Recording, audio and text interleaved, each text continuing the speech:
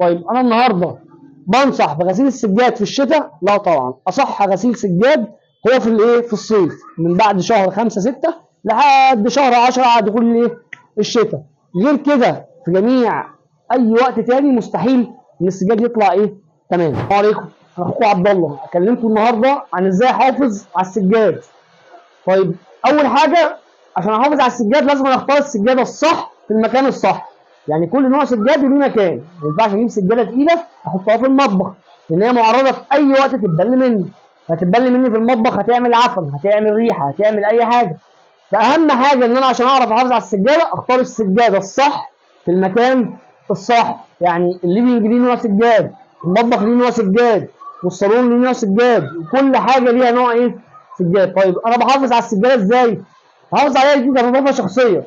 نظافه شخصيه، واحد في مقدرته يشتري حافظه، حافظه يحافظ بيها على السجاد، يفرشها على السجاده عشان ما تتوسخش كتير. ليه؟ لان الحافظه خفيفه، لما تتوسخ معايا الحافظه سهله، هاخدها احطها في الغساله هغسلها، احطها في البانيو هغسلها، في جردل هغسلها. انما السجاده عشان اغسلها لازم اوديها ايه، مغسله.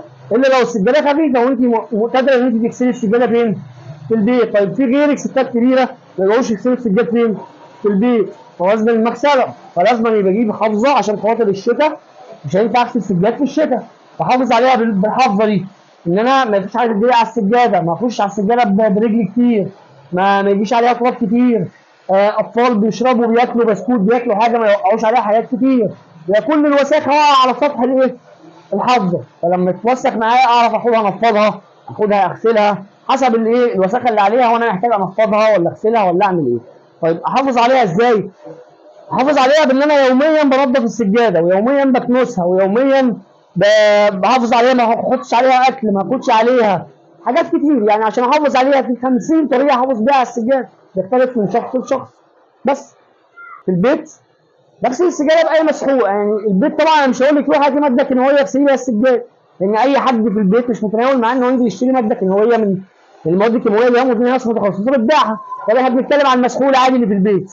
طبعا مش هنقول له نحط كلور على السجاده، عشان ايه، في انواع السجاده ما ينفعش تحط عليها ايه، كلور نهائي. فالامان ايه، الاريال والصابون اللي هو السائل بتاع الايه، بتاع المواعين، بدوبهم في ميه كويس. يعني مثلا مقدار كوبايه اريال على مقدار كوبايه صابون بجردل لا يقل عن 10 لتر، وادوبهم واغسل بيهم السجاده. اهم حاجه انا بعد ما اغسل السجاده كويس بالصابون اشطفها تماما من الصابون، ما يبقاش فيها ريحه الايه، الصابون نهائي، بحيث ان السجاده ما تعملش معايا اي نوع من انواع البوظان.